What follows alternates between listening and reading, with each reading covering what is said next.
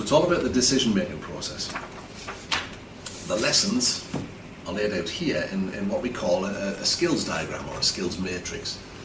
Control lessons are in red. That's the basic control functions of the car, making the car do what you want it to do.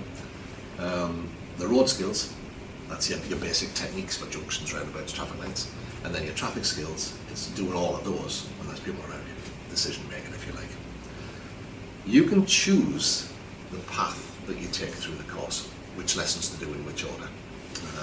These are skill levels, if you like. So when you're on skill level number 1, moving off and stopping. So if you've not done that before, you need to start there. Steering and gears are at level 2. Level 3, we start getting coordination. That's being able to do all of those things all at the same time. We'll spend quite a bit of time on those. And the reason being is they're the skills that you use to do everything else. And if some of those are weak, then things don't work the way they should. You find that you talk to learner drivers sometimes, they'll tell you they don't like junctions. Well, it's not junctions they don't like, it's stopping and starting, because they haven't got full control of the car. So we want to try and develop, we might spend a bit longer here, and that might occasionally feel a little boring, but we're going to nail those skills down. And then what you'll find is that everything else just becomes dead easy. If we don't fix that, then you get situations like people feel they can't drive or they're scared of it, and they end up either giving up or they switch to an automatic, which limits your choices. And these are all the feel. You learn these by feel. I can't teach you that because you don't learn feel by being taught it. You learn it by experiencing it.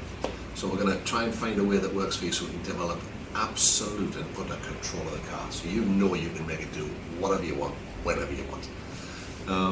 With that, of course, comes confidence too. So you'll choose your path through. At any given level, when we get to level 4 here, or even level 3, I'll be saying, so what's next? So at the end of each session, we'll have a provisional plan in our mind. We'll set the first one before we leave today. But we'll have an idea about what we might do for the next lesson. Once we've finished the lesson, you'll do a reflection. How did it work? What was good? What was bad?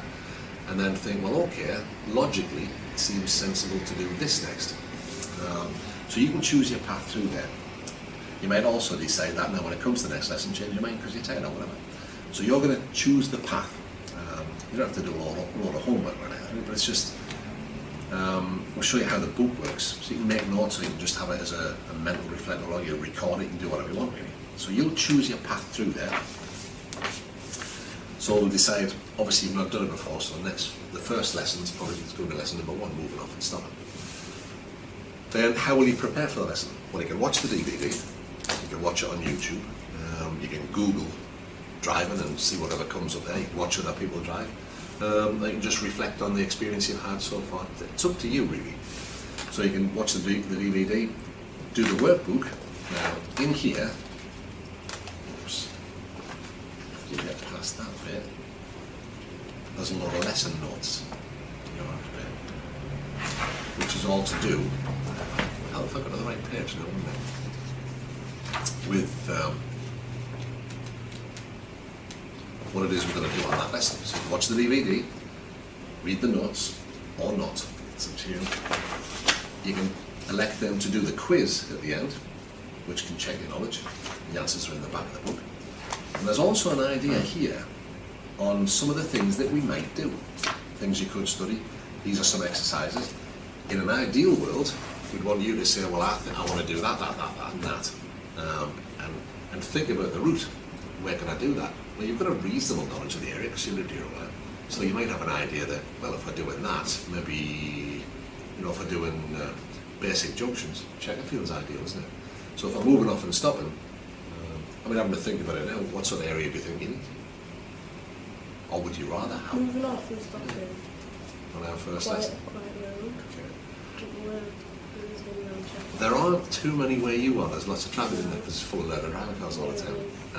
Sometimes you might say, well, I don't know. Have you got somewhere in mind, Rob? I have routes for all sorts of things, but it's nice if I can get you involved in that. More on like down. It is. Well, I've got a place that I use that's a little bit further out toward Whitley Bridge, and it's a massive, long, straight road. Not much traffic on it. So it's an ideal place to start. So I've always got ideas. For steering, I tend to use the car park here at Comet. And obviously I'll be driving us in between them because you haven't got the experience to come across these things. For gears, well, it's probably sensible because of the location I found with a long straight road to do the moving off and the gears maybe all in one go. So just basically moving off and stuff because we've got a long straight, we can get all the way up and all the way down the gearbox. So, but again, we'll play that by ear. So there's a lot of ideas about what we might do. So that's these things that you might do here. What tasks are we going to do? What type of location might we need? So it's what do you want to achieve from the lesson? Sometimes it's, well, I just want to feel better about it. I want to feel more comfortable. I want to learn something new here. So it's an idea, just if you like, you're keeping a diary of the whole thing. So what do I want to do? How will I prepare? What do I want to get out of it? What sort of tasks might we do to do that? What sort of route? When we finish the lesson, we would mark the targets, which I'll show you in a second. And then you do a reflective log. What did you like? What did you not like? Did anything surprise you, either in a good way or in a bad way? And at the bottom here, it's to help you sort of have an idea about where you're at. So if you're assessing your progress on a score of 1 to 10, where 1 is you're disappointed with the progress you make, 10 is it's brilliant, so you put a score in there. And then did the lesson go as you expected it to do? 1 for absolutely not, 10 for absolutely. So they're just little snapshots. And when we're marking things, we always have to bear in mind that we're marking it for the level we're at now. So for example, you're moving off and stopping isn't going to be as good at the end of that first lesson as it is when you're doing your test. So we're always kind of gauging it from where we are. That will then lead us to say, well, what's next? What do you reckon? And then that becomes your provisional plan for this time. Load of space for notes, to either make notes after the lesson or make notes to ask me questions before this lesson. And we like questions. Questions are great. So that's loads of reflective logs for all of our lessons as we go through. Does that all make sense? You seem happy with that? Yeah. Some people like writing notes, some people don't. There's our targets for getting off and running. So you'll see they all say, I feel confident in my ability. So these are your targets, not mine. So you decide if we've met the target or not. If I think you're ticking something off that's done and dusted, and I don't think you should, we'll have a chat. And we don't have to have all of those ticked to move on to the next one. But we will come back and revisit them later on. So we've got an idea about what you're able to do. And then at the bottom, test requirements. That'll show you how you're going to be assessed. Now you can look at it, it'll tell you the page. So here's 169. And then 169, that's what you need to be able to do on your test. So you can get a clear idea about how they're going to assess you. So does that make sense? Or? So that at each time we're showing you this is what's required. This is the marking boxes on the test form. I'll show you from the start. It'll probably be helpful. That's the marking form they're going to use.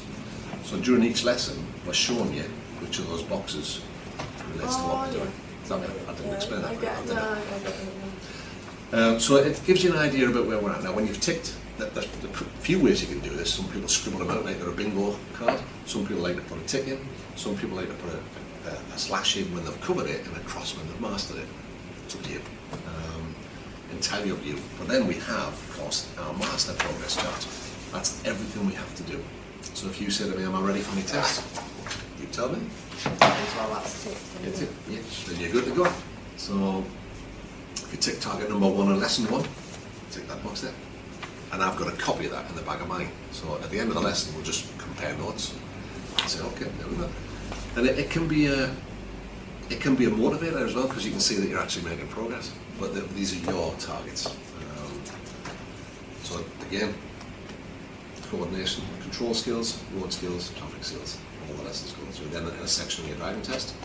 And then answers to the quiz at the back, and your appointment card. Does that all make sense? Yeah. It'll make more sense as we're doing it. Where's that for you? The last one first. Is it like parking and stuff?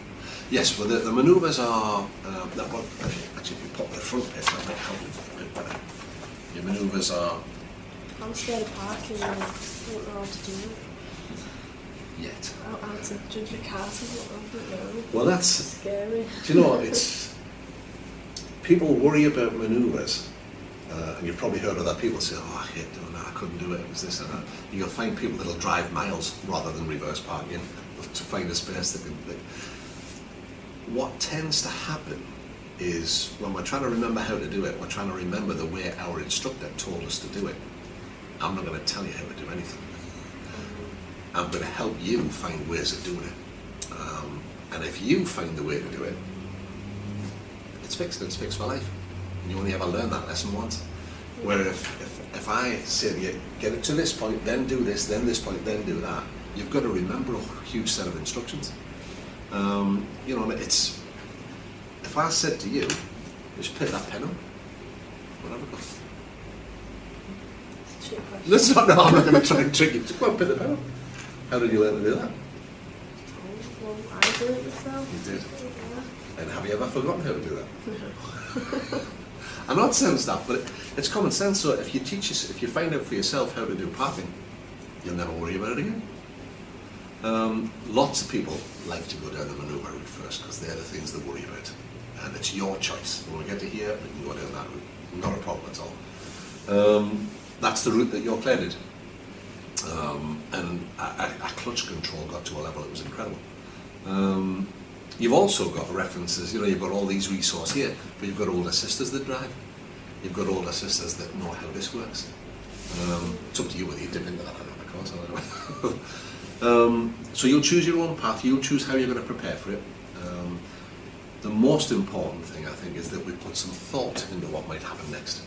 Whether you've done any study with this or that isn't really the important bit. Do you feel comfortable with all that?